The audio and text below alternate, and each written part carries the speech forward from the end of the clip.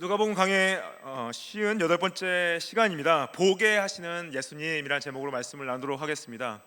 여러분들 영성이란 말 들어보셨죠? 영어로 spirituality, 영성이 뭘까요? 마야 스펜서라는 의사가 그 로열 칼리지 오브 사이키아트리스트 전문의 그 학교에 올린 영성에 대한 정의를 이렇게 내립니다. 영적인 것은 나 자신보다 더 큰 존재가 있음을 인식하는 것이며 감각적인 경험 이상으로 인간적인 존재의 본질에 대한 믿음이나 감정이 포함됩니다. 또한 우리가 일부인 더 큰 전체는 우주적이거나 신성한 성질을 가지고 있다고 믿는 것입니다. 말해요. 이게 무슨 말이냐면은 우리 안에 내면에 영적인 존재가 있는데 그 영적인 존재의 영성은 외부의 존재, 더 큰 것, 그것이 우주이건 아니면은 신성한 성질이건 그것과의 관계를 통해서 그 영성이 만들어진다 설명을 하고 있는데요.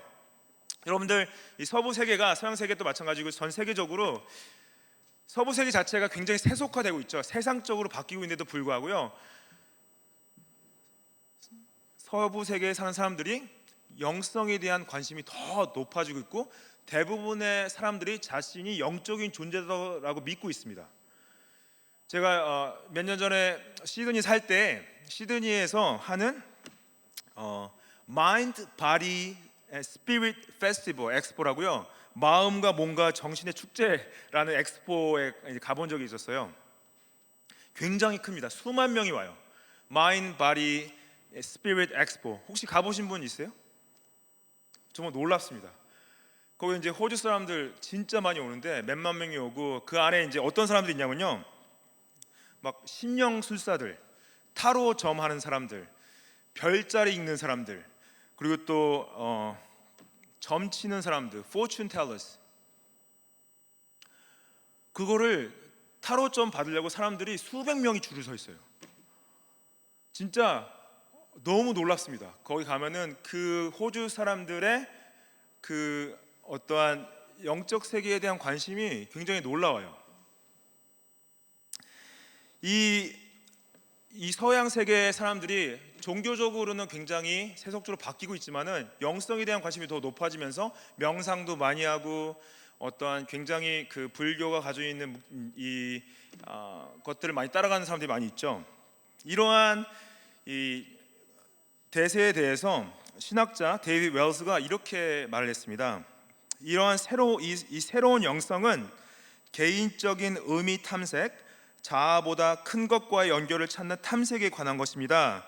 사실 이는 자체적으로 구축되는 영성입니다. 영어로 self-constructed spirituality. 그래서 자신이 자신의 영성을 만들어가는 거예요. 근데 성경도 영성을 얘기하는데 성경의 영성은 우리 자신이 만들어갈 수 있다고 가르치지 않습니다. 성경의 영성은 하나님만이 만들어 주실 수 있다고 가르치고 있습니다. 그래서 오늘 이 말씀에 이제 제자들에게 하시는 말씀과 또한 맹인을 보게 하시는 그 이야기를 통해서 우리가 영성에 대해서 성경이 어떻게 말하고 있는지 우리가 볼 수가 있습니다. 오늘 말씀 본문 들어가기 전에 이 좀 배경을 좀 설명을 드리면은 누가복음 18장 9절부터 19장 이제 말까지는 중요한 주제가 뭐냐?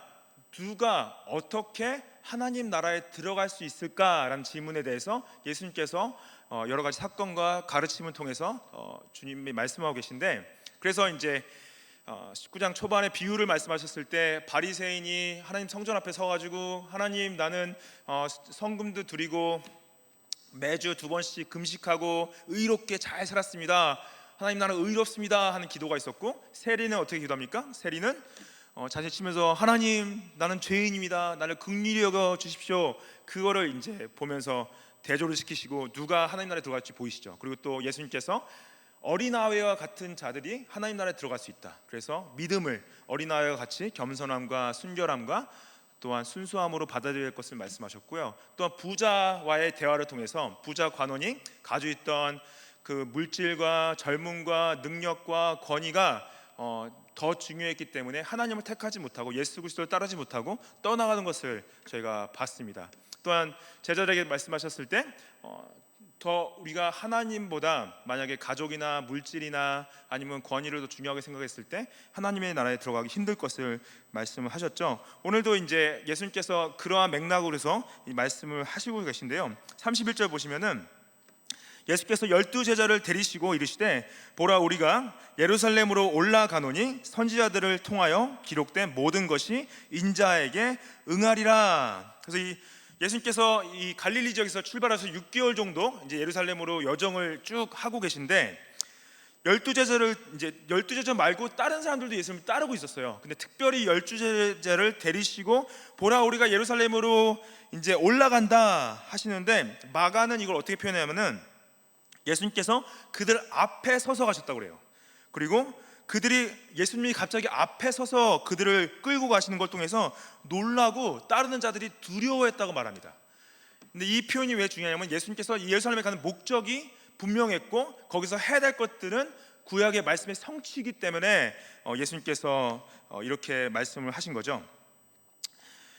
선지자들을 통해서 기록된 모든 것이 인자에게 흥한다 하는 것은 뭐냐? 결국에는 선지자들이 예언한 것들을 예수님께서 예루살렘에서 이루시겠다는데 그 예언의 내용이 무엇이냐? 누가복음 18장 32절 33절에 인자가 이방인들에게 넘겨져 희롱을 당하고 누경을 당하고 침뱉음을 당하겠으며 그들은 채찍질하고 그를 죽일 것이나 그는 3일 만에 살아나리라. 그래서 예수님께서 구약의 말씀, 특별히 시편 22편이나 이사야 53장이나 다니엘서 9장에 나오는 이 말씀들을 통해서 내가 메시아고 내가 이룰 것은 무엇이냐? 내가 사람들로부터 희롱당하고 능욕당하고 침뱉음 당하고 채찍질 당하고 그 다음에 죽을 것이고 그 다음에 살아날 것이다. 이걸 예수님께서 누가복음에서 이제 세 번째 말씀하시는 겁니다. 똑같은 내용을 세 번 반복하면서 말씀하시는 거예요. 이것이 왜 중요하냐? 이것이 기독교가 가지고 있는 가장 중심의 메시지입니다. 이게 복음, 굿뉴스. 그래서 누가 여러분들에게 여러분들이 믿는 기독교가 무엇을 가르치고 무엇을 믿습니까? 그러면은 이걸 말씀하시면 돼요. 예수님의 고난과 죽음과 부활을 믿고 그것을 기쁜 소식으로 가르칩니다. 말씀하시면 됩니다. 예수님이 죽으시면 왜 우리에게 기쁜 소식이죠? 예수님의 죽음은 왜 기쁜 소식이냐? 우리에게 가장 슬픈 소식은 우리의 죄성이죠. 우리의 죄가 우리를 심판받게 할 수밖에 없었는데 예수님께서 우리의 죄를 대신 지시고 우리를 대신에 심판을 받으신 것이 그 십자가이기 때문에 우리에겐 그 기쁜 소식인 거죠. 부활이 왜 우리에게 기쁜 소식입니까? 왜냐하면 예수님께서 죽음과 그 사단의 능력을 이기시고 다시 사셔서 하나님의 아들 되심을 증거하셨고 또한 우리에게 동일한 부활을 약속하시기 때문에 우리에게 기쁜 소식입니다. 그렇다면 왜 고난은 왜 기쁜 소식일까요? 고난은 물론 우리에게 보기에는 슬프죠. 예수님께서 능욕당하시고 침뱉음 당하시고 채찍질 당하시고 이건 고난 자체가 우리에게 왜 기쁜 소식이냐? 우리의 고난 가운데 예수님께서 공감하시고 우리와 함께 하심을 드러내시는 것입니다. 그렇기 때문에 기쁜 소식이에요. 여러분들이 고난을 당하고 있다, 능욕을 당하고 있다, 침뱉음을 당하고 있다, 채찍질을 당하고 있다, 그 자리에 예수님께서 함께 하시고 그것을 충분히 이해하시고 그분이 우리를 인도하시고 보호하심을 믿기 때문에 이것이 기쁜 소식인 거죠. 근데 이것을 제자들이 들었는데 세 번째나 들었는데 잘 보십시오. 34절에 제자들이 이것을 하나도 깨닫지 못하였으니 그 말씀이 감추었으므로 그들이 이르신 바를 알지 못하였더라 그래요. 물론 이게 감추어진 이유가 뭐냐면 아직 때가 되지 않았기 때문에 감추어진 것도 있었죠. 근데 결국 뭐냐면 이들이 예수님을 보고 예수님을 들었는데도 불구하고 이 말씀을 이해하지 못하고 있었던 건 뭐냐? 영적 소경인 상태에 있었다는 거죠. 예수님이 하실 일들에 대한 이해를 하지 못하고 예수님이 말씀하신데도 불구하고 그것을 받아들이지 못하는 것이 영적 소경의 상태에 있었다 말씀을 하십니다. 나중에 제자들의 영안이 열리고 눈에 비닐이 벗겨지면서 예수님이 그때 그렇게 세 번이나 반복해서 말씀하신 것들이 이러한 이유 때문에 이렇게 돼서 예수님이 죽으시고 부활하시고 우리가 그것을 증거하게 부르셨구나 말씀을 기억하게 되는 거죠. 우리도 마찬가지입니다. 우리의 영안이 열렸다는 건 뭐냐면은 예수님이 하신 예수님의 고난 받으심과 예수님의 죽으심과 예수님의 다시 사심을 우리가 인식하고 이해하고 그분을 나의 삶의 주인으로서 나의 삶의 왕으로서 그분을 그 말씀을 선포하는 것이 교회로서의 부르심이라는 거죠. 멜번 서부교회가 예수 그리스도의 고난과 죽음과 부활을 선포하고 있지 않다? 그러면은 교회의 본질을 잃어버린 것입니다. 예수님을 선포하지 않고 있고 예수님이 하신 일을, 예수님이 하신 사역을 선포하지 않고 있다? 더 이상 교회가 아니에요. 교회의 본질을 잃은 교회들을 보면요, 너무나 빤합니다. 예수님의 메시지가 없어요. 정치 얘기하고 돈 얘기하고 다른 얘기들이 중심에 있습니다. 어떻게 하면 잘 살아볼까? 복음을 잃은 교회는 결국에는 다른 것이 중심이 될 수밖에 없죠. 멜번 서부교회는 그런 교회가 안 되길 원합니다. 멜번 서부교회는 돈이 중심이 아니라, 정치가 중심이 아니라, 우리가 이민 생활에서 잘 살아보는 게 중심이 아니라 예수 그리스도의 복음과 그분의 구원만이 중심이 되기를 축복합니다. 복음의 본질을 잃으면 안 돼요. 우리 삶도 마찬가지죠. 교회뿐만 아니라 우리 삶의 중심의 본질이 그리스도의 복음이어야 됩니다. 이제 오늘 메인 이야기는 맹인 거지에 대한 얘기가 35절부터 나오는데요. 35절 말씀 보시면은 여리고에 가까이 가셨을 때 한 맹인이 길가에 앉아 구걸하다가 무리가 지나감을 듣고 이 무슨 일이냐 물었다 그래요. 그래서 이 사건이 마태와 마가에도 나오는데 마태의 이제 그 사건 가운데서 통해서 우리가 봤을 때 이 소경에 바디메오라고 기록이 되어 있습니다. 마가를 통해서. 이제 여리고가 여러분 아시죠? 구약의 여리고 사건 아시죠? 이스라엘 백성들이 7바퀴 돌아가지고 이제 그 나팔 보니까 무너진 그 성 같은 여리고를 말합니다. 근데 여리고가 이제 당시 헤롯 왕이 여리고를 또 재건을 하는데 여리고가 옛날 여리고가 있고 새로운 여리고가 있던 거예요. 이제 새 도시가 있고 신도시가 있고 오래된 도시가 있었는데 원래 있던 여리고 자리에는 유대인들이 많이 살고 있었고 새로 헤롯 왕이 이제 만든 여리고에는 이방인들과 유대인이 아닌 사람들이 많이 살고 있었습니다. 근데 여기서 이것을 제가 왜 설명드리냐면은 마태와 마가를 봤을 때 예수님이 여리고를 떠나시면서 이 맹인을 만났다고 설명이 돼 있어요. 근데 여기서 누가는 여리고를 도착하시면서 영이 맹인을 만났다고 이제 말씀을 하고 있는데 결국 뭐냐면은 마태와 마가는 옛날 여리고를 떠나신 걸 말하고요. 누가는 새로운 여리고 지역을 들어가신 걸 말하는데 결국은 새로운 지역과 옛날 지역 중간에서 맹인을 만났다고 알 수 있고요. 근데 마태와 마가는 2명의 맹인을 만났음을 기록하고 있습니다. 근데 왜 누가는 한 명만을 집중하고 있냐? 결국에는 이 바디메오와의 대화가 중요했기 때문에 바디메오의 대화에 집중하기 위해서 한 명만을 기록을 한 거죠. 그래서 이 바디메오가 사람들이 지나가면서 많이 갑자기 지나가니까 이제 무슨 일인가 궁금했겠죠. 특별히 여리고는 그 요단강 서쪽 편에서 요단강에서 예루살렘으로 가는 그 중간 지역에 사람들이 많이 다니는 지역이었어요. 그래가지고 사람들이 많이 다니기 때문에 거기 거지들이 많이 모여가지고 사람들이 구걸을 했던 거죠. 근데 사람들이 많이 지나니까 물어봅니다. 이게 무슨 일입니까? 왜 사람들이 갑자기 더 많아졌습니까? 그 사람들이 이제 설명을 해줍니다. 30절 말씀에 그들이 나사렛 예수께서 지나가신다 그래요. 나사렛 예수가 지나간다고? 이제 맹인이 바디메오가 이미 들었죠. 예수님에 대한 소식, 예수님이 누구신지에 대한 소식을 들었는데 잘 보시면 맹인이 이제 외칩니다. 다윗의 자손 예수여 나를 불쌍히 여겨 주십시오. 그렇죠. Jesus, son of David, have mercy on me. 그럽니다. 당연하죠. 자기가 맹인이고 도움이 필요하니까 이제 소리를 질렀겠죠. 근데 잘 보시면은 이것이 여기서 나오는 예수님에 대한 표현이 대조가 되어 있는데 무리들은 예수님을 뭐라고 표현하냐면은 무리들은 나사렛 예수라고 표현을 해요. Jesus of Nazareth. 근데 이거 예수님 고향이 나사렛이었잖아요. 나사렛의 예수라는 표현 자체는 예수님의 어떤 신성이나 어떤 좋은 선생님이나 표현한 게 아니라 약간 낮춰 어떻게 그런 동네에서 어떤 사람이 나올 수가 있냐 그런 식으로 그냥 보통 부르는 표현이고요. 여기서 맹인이 쓴 표현 다윗의 자손이란 표현은 중요합니다. 이게 뭐냐면은 이스라엘 백성들이 메시아, 특히 하나님의 구원자로서 오시고 메시아를 표현할 때 다윗의 자손이라는 표현을 쓰는 거죠. 나를 불쌍히 여기소서 그래요. 나를 불쌍히 여기소서. Have mercy on me.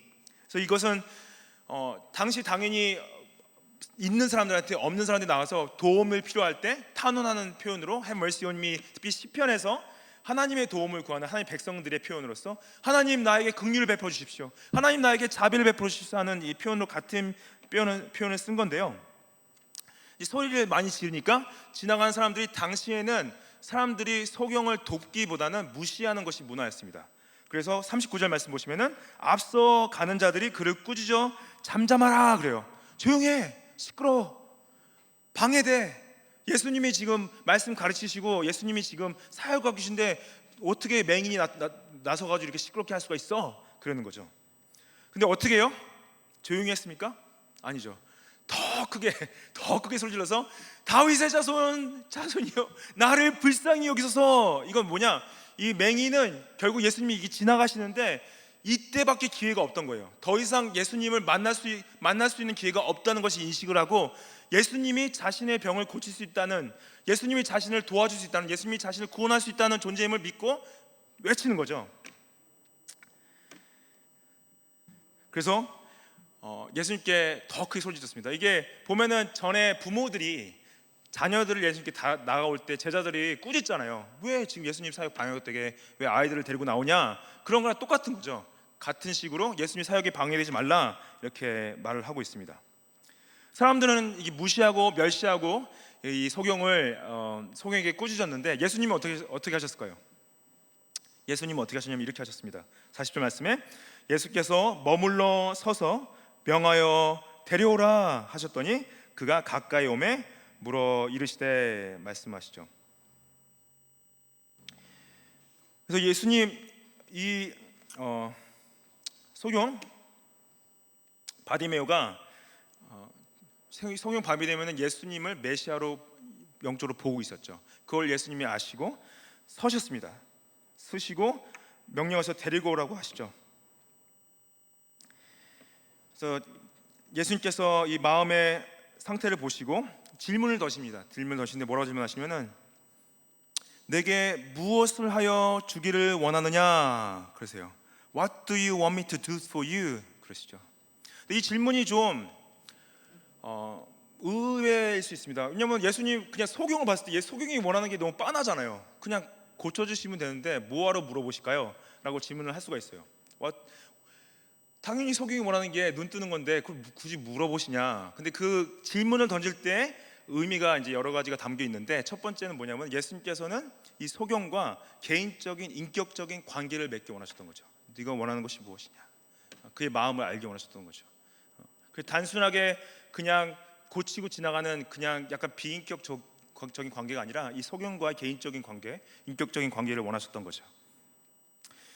그리고 이 소경이 예수님을 메시아로 하나님의 아들로 믿지 않았다면은 이 소경은 분명히 예수님께 예수님 나에게 돈을 좀 주십시오 그랬을 겁니다. 왜냐? 태어날 때부터 맹인이었어요. 이미 눈의 세포는 다 죽어 있었어요. 어떠한 의학도 어떠한 수술도 그를 고칠 수는 없었어요. 오직 신적인 존재만이 다시 이 눈의 세포들을 살아나게 하고 보게 할 수 있는 존재임을 믿었던 거죠. 그래서 이 믿음의 고백은 뭐냐? 예수님, 하나님의 아들이신 다윗의 자손 예수여, 나의 눈을 보게 하여 주십시오. 그러한 고백이 담겨 있는 거죠. 믿음의 고백인 거죠. 여러분들 만약에 예수님께서 여러분들이 바디메오예요. 여리고에서 앉아 계셨습니다. 구걸을 하고 있었습니다. 예수님 만났는데 예수님께서 여러분들에게 질문하셨어요. 내게 무엇을 하여 주기를 원하느냐? What do you want me to do for you? 여러분들은 어떻게 대답하시겠습니까? 아니면 그냥 여러분들이 소경도 아니에요. 바디메오도 아니고 그냥 여러분들 앉아 있는 그 위치에서 지금 예수님께서 여러분에게 물어보십니다. 내게 무엇을 하여 주기를 원하느냐? 무엇이 떠오르세요? 예수님, 나에게 모기지 없는 집을 하나 주십시오. 예수님, 나에게 돈을 좀 주십시오. 내가 하고 싶은 거 다 할 수 있게 좀 제 은행 구좌를 좀 채워주십시오. 예수님, 나에게 좋은 관계를 좀 허락하셔서 좋은 사람 좀 만나게 하여 주십시오. 예수님, 나에게 좀 건강을 좀 주십시오. 여러분들 무엇을 예수님께 물어보실 것 같아요? 예수님, 나의 자녀들이 건강하게 정말 잘 커서 잘 되게 하여 주십시오. 여러분들 무엇을 원하세요? 예수님께서 여러분들 진짜 물어보셨어요. What do you want me to do for you? 내게 무엇을 하여 주길 원하느냐?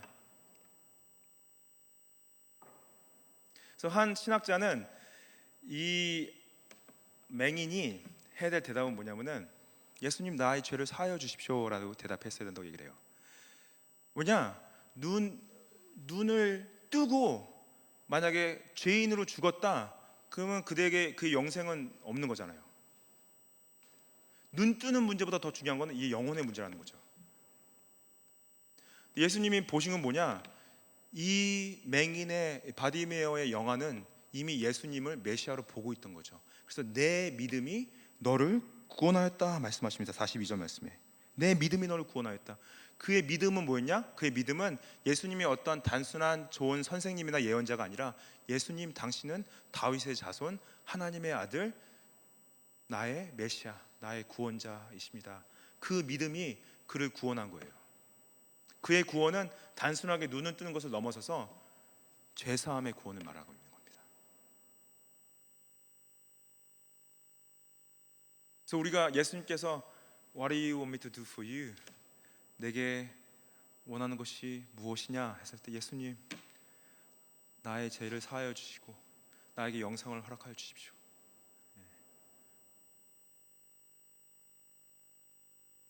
근데 만약에 그 영생보다 더 중요한 것이 이 땅의 돈과 권세와 건강이면은 그 부자 관원과 다를 바가 없는 거죠.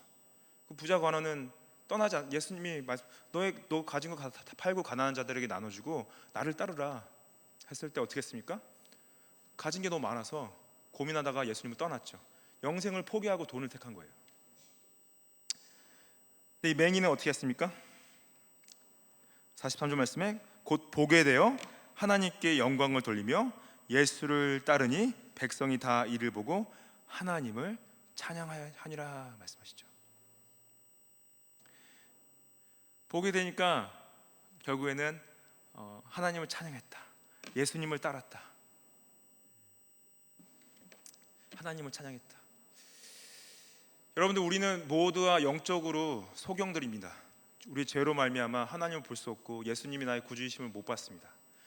예수님께서요, 그분의 은혜로서 우리를 보게 하셨습니다. 예수님을 보게 하시고 그분의 죽음과 부활에 대해 이해하게 하셨습니다. 그랬을 때 우리의 반응은 무엇이냐? 그럴 때 우리의 반응은 하나님을 찬양하고 예수님을 따르는 거예요. 예배하고 순종하는 거예요. 여러분들의 영혼의 눈이 성령의 은혜로 열려지시기를 축복합니다.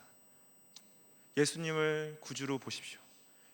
예수님을 삶의 메시아로 바라보십시오. 예수님을 찬양하시고 그분께 순종하며 따라가십시오. 고린도전서 2장 13절 말씀에요, 사도 바울이 이렇게 말합니다. 우리가 이것을 말하거니와 사람의 지혜가 가르친 말로 아니하고 오직 성령께서 가르치신 것으로 하니 영적인 일은 영적인 것으로 분별하느니라 그러시죠. 사람의 지혜가 아니라, 세상의 가르침이 아니라, 타로 카드가 아니라, 별자리가 아니라, 점성술이 아니라, 사람의 지혜나 사람의 철학이나 심리학이 아니라 오직 성령께서 가르치신 것으로 영적인 일을 영적으로 분별해야 된다. 여러분들, 우리 매일매일 삶 가운데 일어나는 모든 일들이 하나님의 목적을 가지고 계십니다. 여러분들이 자녀들을 부양하는 것들, 친구들을 만나는 것들, 우연히 부딪히는 사람들, 그것이 다 목적이 있고요. 이 세상에서 벌어지는 모든 일들, 전쟁들, 사고들, 여러분들이 뭘 얻었다, 잃었다, 그 모든 것들이 하나님께서 목적을 가지다고 하시고 그걸 그냥 세상적으로 바라보기 원치 않으시고 영적인 눈으로 그것을 해석하고 이해하길 원하십니다. 자신에게 벌어지는 모든 일들, 사람을 만나거나 사람에게 용기를 얻거나 용기를 주거나 상처를 받거나 상처를 주거나 하는 모든 것들이 우리가 영적으로 바라봐야 된다는 거죠. 그래서 나의 능력으로 어떻게 해결해 보려는 것이 아니라 성령의 인도하심 따라 그분을 의지하면서 그 관계들을 해 나가야 된다 말씀을 하십니다. 저희 여기 이제 웨스트 포스크레이의 장로교회 이제 지금 거기 담임 목사님은 마틴 디팔 목사님이신데 거기서 함께 섬기시는 스테판 슬러키라는 이제 목사님이 계신데 스테판 슬러키 목사님은 장님이세요. 장님이신데 제가 이제 포인쿡 장로교회 임시당회장으로 섬길 때 포인쿡 장로교회 임시 서기로 섬기셨습니다. 제가 처음 그분 설교하러 강단에 올라가시는데 그분이 장님이신데 설교를 하시는데 제가 그분을 못 쳐다보겠더라고요. 어떻게 장님이신데 목사님이시고 하나님의 말씀 선포하시지? 정말 놀라웠어요. 저는 그것이 그러면서 그분이 선포하시는 것이 하나님의 말씀이고 그분의 표정에는 되게 평안한 미소가 항상 있고 말씀 선포하시는 가운데 하나님의 권위가 있고 정말 놀라웠습니다. 제가 나중에 기회가 되면 저희 교회도 한번 제가 초대하도록 하겠습니다. 근데 제가 그분을 바라보면서 저 평안은 무엇인가? 사람들이 도와주지 못하면 강단에 서지도 못하고 사람들이 도와주지 못하면 집에도 가지 못하시는 저분이 서서 하나님의 말씀을 선포하시는 가운데 저 평안은 무엇인가? 저거는 그냥 보이는 것이 중요한 것이 아니라 정말 영적으로 바라보는 하나님을 중요하게 생각하시는구나. 제가 생각했을 때는 저런 미소를 띌 수 있는 상황이 아니신데 저렇게 말씀을 선포하실 수 있는 상황이 아니신데 손으로 그 설교 안을 손으로 읽으시면서 선포를 하세요. 여러분들 우리는 다 볼 수 있습니다. 세상을 볼 수 있고 세상을 읽을 수 있죠. 근데 저 중요한 건요, 우리 영혼이 누구를 바라보고 있냐? 예수님을 바라보십시오. 예수님을 바라보십시오. 예수님이 구원자 되심을 바라보십시오. 세상 바라보면요, 우리의 마음은 눌리고 힘들고 두려울 수밖에 없습니다. 계속 비교하게 되고 질투하게 되고 하지만 예수님을 바라보면요, 그런 모든 비교와 질투와 두려움으로부터 자유할 수 있습니다. 예수님 바라보십시오. 아멘. 기도하시겠습니다.